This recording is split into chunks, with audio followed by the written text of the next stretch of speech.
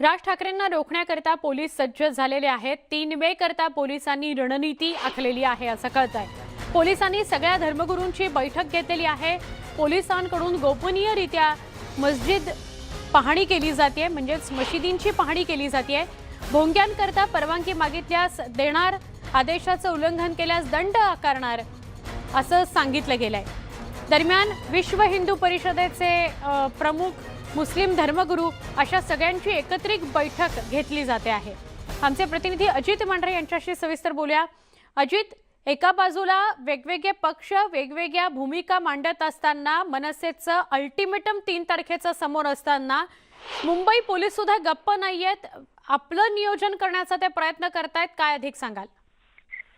अगदी बरोबर आहे, पण हाच प्रश्न आम्ही जेव्हा मुंबई पोलीस दलातील वरिष्ठ अधिकाऱ्यांना विचारला त्यावेळी त्यांचं म्हणणं होतं की ज्या राजकीय सध्या घडामोडी घडतायत किंवा काही राजकीय मंडळी जी आहेत ती जे वक्तव्य करतायत त्या पार्श्वभूमीवर नाही, तर दरवर्षी आम्ही अशा पद्धतीच्या कारवाया करतो।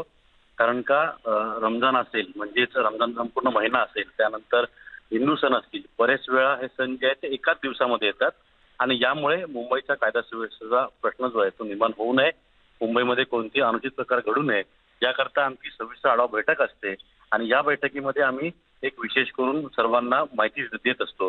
पण यावेळीची बैठक जी आहे ती विशेष म्हणजे भोंगे संदर्भातली होती, हे स्पष्ट झालेलं आहे।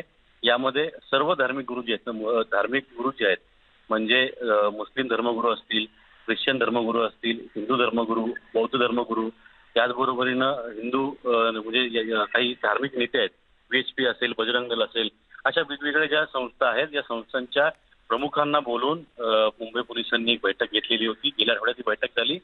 त्या पार्श्वभूमीवरती जर भोंग्यांची जी सर्वोच्च न्यायालयाने दिलेली गाईडलाईन जी आहे ती जर पाळली गेली नाही तर तुमच्यावर दंड 5 लाख रुपये किंवा 5 वर्षे शिक्षा अशी कारवाई होऊ शकते।